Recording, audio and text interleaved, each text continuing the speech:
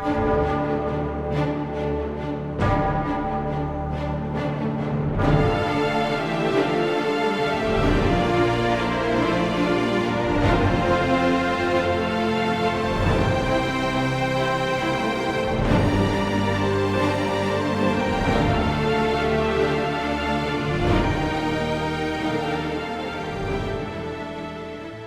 there everyone and welcome. I'm Zan from Fell and Fair, and today's video is going to be about how to choose the right type of armor for your medieval or fantasy costume, whether that's LARP, cosplay, costume design for film or for stage. You want to be able to choose a suit of armor that is going to convincingly portray what you're trying to go for as well as function properly. So I hope this is helpful for you. Now, when it comes to choosing armor, there are a couple of principles that you want to go in with. First of all, you want to achieve the look, that whatever you want.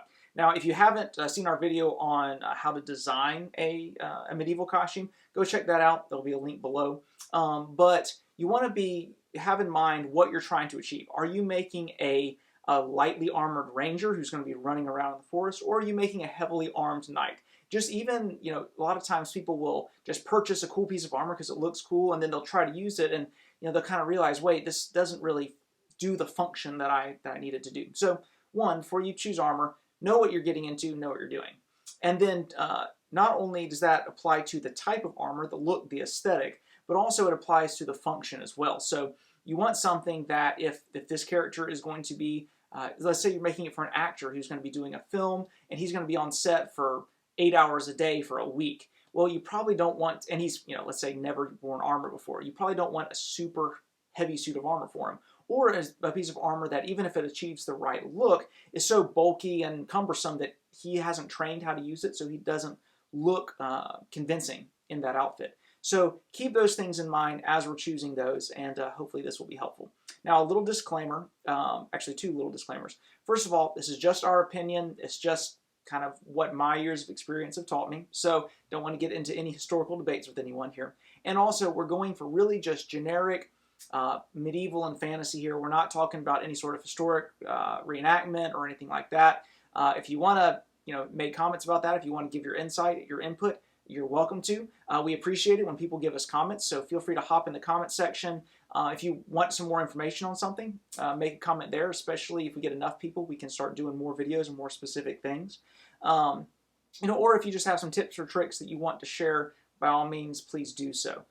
That being said, the second one is some of this stuff that we're going to try to give you links for the stuff that's easily accessible and you can buy online. Some of the stuff was given or donated to us by different organizations and different companies. But something I tell any company that I work with is if you have a good product, I will tell other people about that product. And if you don't have a good product, I will tell you about it. Meaning I will tell that company so they can improve their product. Because I want them to, everybody who works in this industry, whether that's costume design, medieval costume manufacturing, they love this period. They love making quality products, and we want to help people do that. So that feedback, I know, is always appreciated by them, as it is appreciated by us when we make stuff for people. So that's that little disclaimer.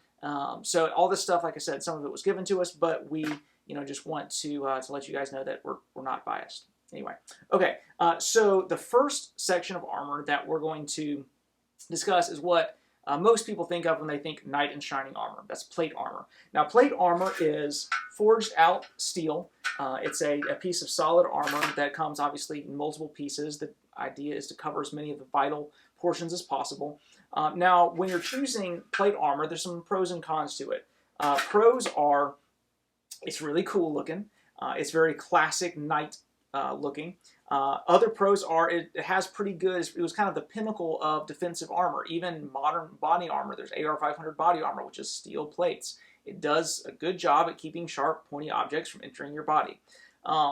Now, sometimes depending on the gauge steel and stuff, it can be heavier or it can be lighter, so sometimes weight can be an issue, but often it is lighter than, say, like a full coat of steel chainmail, so that can be a positive as well. Now, historically speaking, if you're doing a more historical thing, then you will want to do some research and figure out was plate used in your period. And then also, if you're doing a fantasy thing that's kind of based on historical stuff, just be careful. You know, if you're trying to create a fantasy culture that's similar to the Vikings, they're probably not going to be wearing plate armor. Stick to chainmail, maybe with a little bit of leather. But you want to plate armor takes a lot of technology and a lot of resources to create. So this would be created by cultures that have those years of martial experience, the resources in mining, forging, smelting, all that sort of stuff, to be able to create this sort of stuff. So this would be more refined, more advanced medieval fantasy civilizations that would have access to plate armor. Now, plate armor, like I said, here's a breastplate. This one came from Epic Armory. I actually really like this one because it's a great way. It doesn't have a back plate right here, it just has these straps. So it's a great lightweight way to give you a bunch of protection on your chest. If you are a LARPer or something like that and hit points matter, plate armor is usually pretty good for hit points, and this is a great option. Like I said, I'll put a link down there, but I have, like, they gave me, I think, 1 or 2 of these, but I bought like 6 because they're just a great lightweight option. And then if you don't care about having armor on your back, just throw a cloak over it, and nobody can tell you don't have armor on your back, and you got that lightweight option. So things to think about. Some other things that are made out of plate are things like these, bracers and greaves and all that sort of stuff. So you can pretty much find plates pretty modular. You can find it to kind of go over the whole body.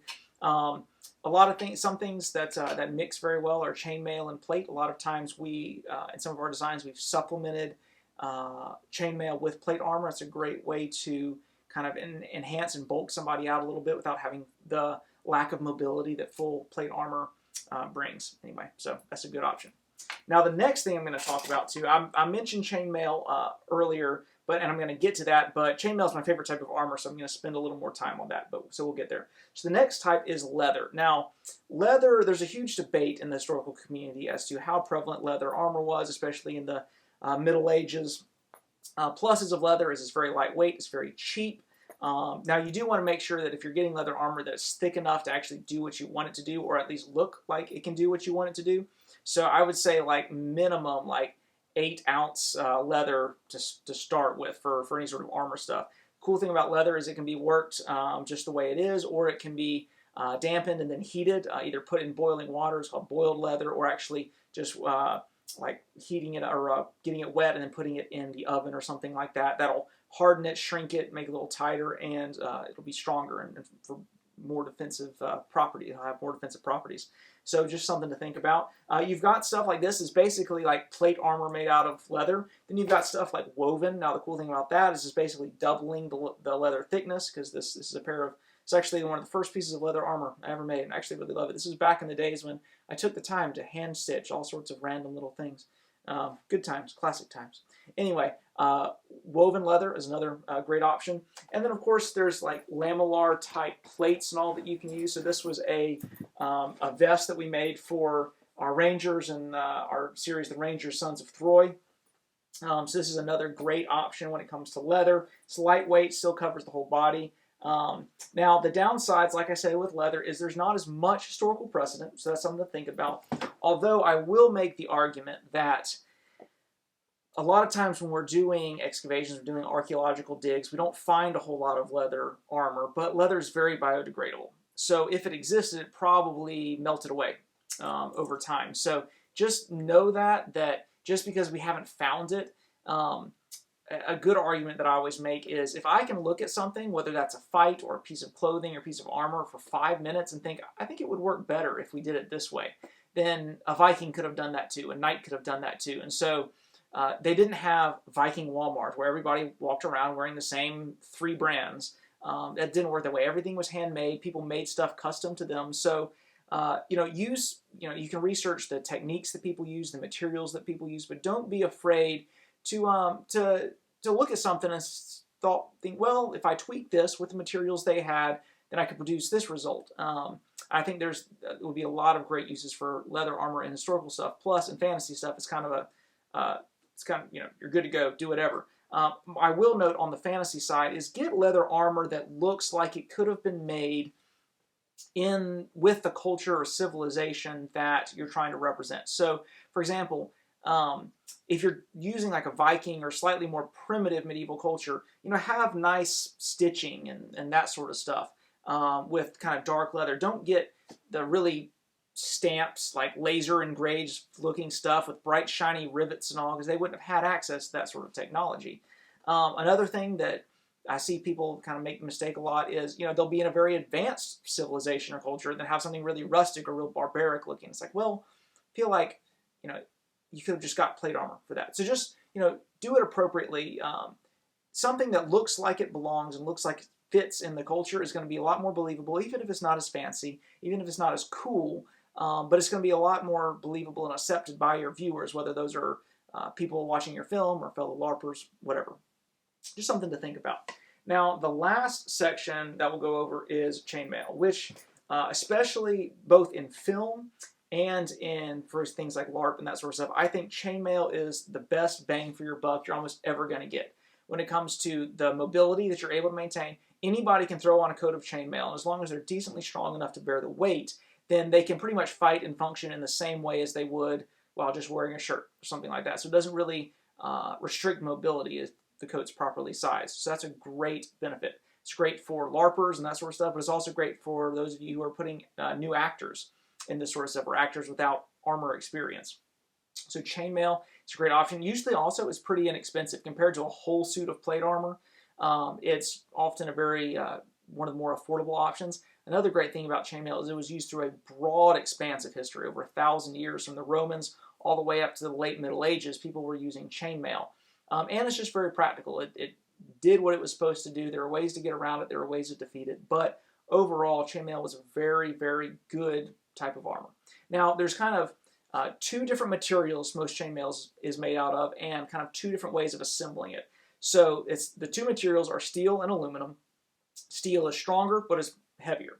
And then the two ways of assembling are butted, which is where two rings are just kind of bent around and made to touch each other, and then riveted, where actually a flattened part is hammered out and then a little pin is inserted and pinned down so that those you can't just pull the rings apart. So once again, riveted is going to be far stronger than butted.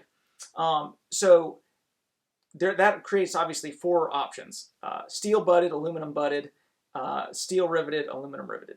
So aluminum butted, don't even try. Like, it's a waste of money. It will come right apart. It'll fall apart. It's nasty. You're just going to waste your money. It's usually pretty cheap, but you're just going to waste your money. Don't even buy it. Don't waste your time. Steel butted is probably the most readily available. You can get it on Amazon, on eBay. Pretty much any sort of medieval place sells it. So this is steel butted, rather. And the advantages is it is cheap, but it is heavy. And then also it's kind of textureless. It's not very exciting as chainmail goes. So, but it is a great option. So especially if you're starting off and have enough strength to bear the weight, steel butted is a great option. Now, when it comes to riveted, the things that I really like about riveted, in addition to the strength, is a lot of times you can get this flat washer riveted. And this stuff I just think looks really cool. And it has the added bonus of the washers are usually a little lighter because they're flat. They're flatted out. So this is steel riveted. Now, a lot of times, if you want a historical looking coat of chainmail, you're going to have to do some weathering on it. So just out of the box, usually it's covered in grease and it's super shiny. So on all of these, I've done some sort of weathering treatment on it. There's a bunch of different ways to do that, but you're pretty much going to need it mostly on aluminum, but on steel as well. But anyway, so this is steel riveted.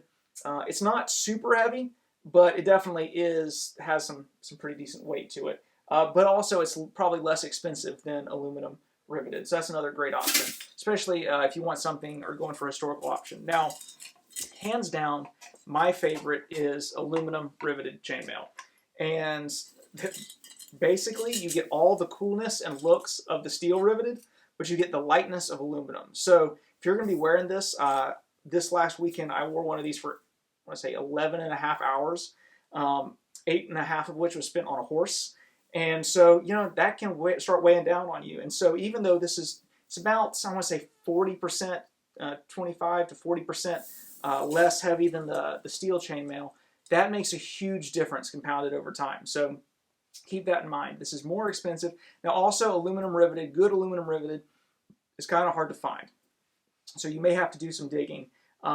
If we get enough requests, Felon Fair may be able to start doing it with our custom weathering job and putting it on our Etsy. We'll take a look at that. If we get a bunch of requests from YouTube, let us know. It may show up there. But steel, or excuse me, aluminum riveted is hands down my favorite. I basically swore to myself about a year and a half ago, I'm never going to buy another coat of chainmail that's not aluminum riveted, because it looks the best, it's lightest, and it's strong enough. It's not going to tear if it's well-made riveted aluminum. Especially usually under the armpits and around the neck is where chainmail starts to tear first. So anyway, the other cool thing with chainmail is you can add on attachments like these little shoulder guards. You can punch holes in it and weather it and do all sort of cool stuff. Plus, like this is a long sleeve and it's a long skirt chainmail coat, so it basically protects you from the wrists all the way down to your knees, which is massive amount of coverage for the weight that you're using. Well, folks, I hope this was useful. For more information and to learn more, please subscribe to our channel. And also, it just helps us out when you like and when you comment, because it helps us make more videos. So please do that. Thanks so much for watching, and good luck out there designing and choosing your armor.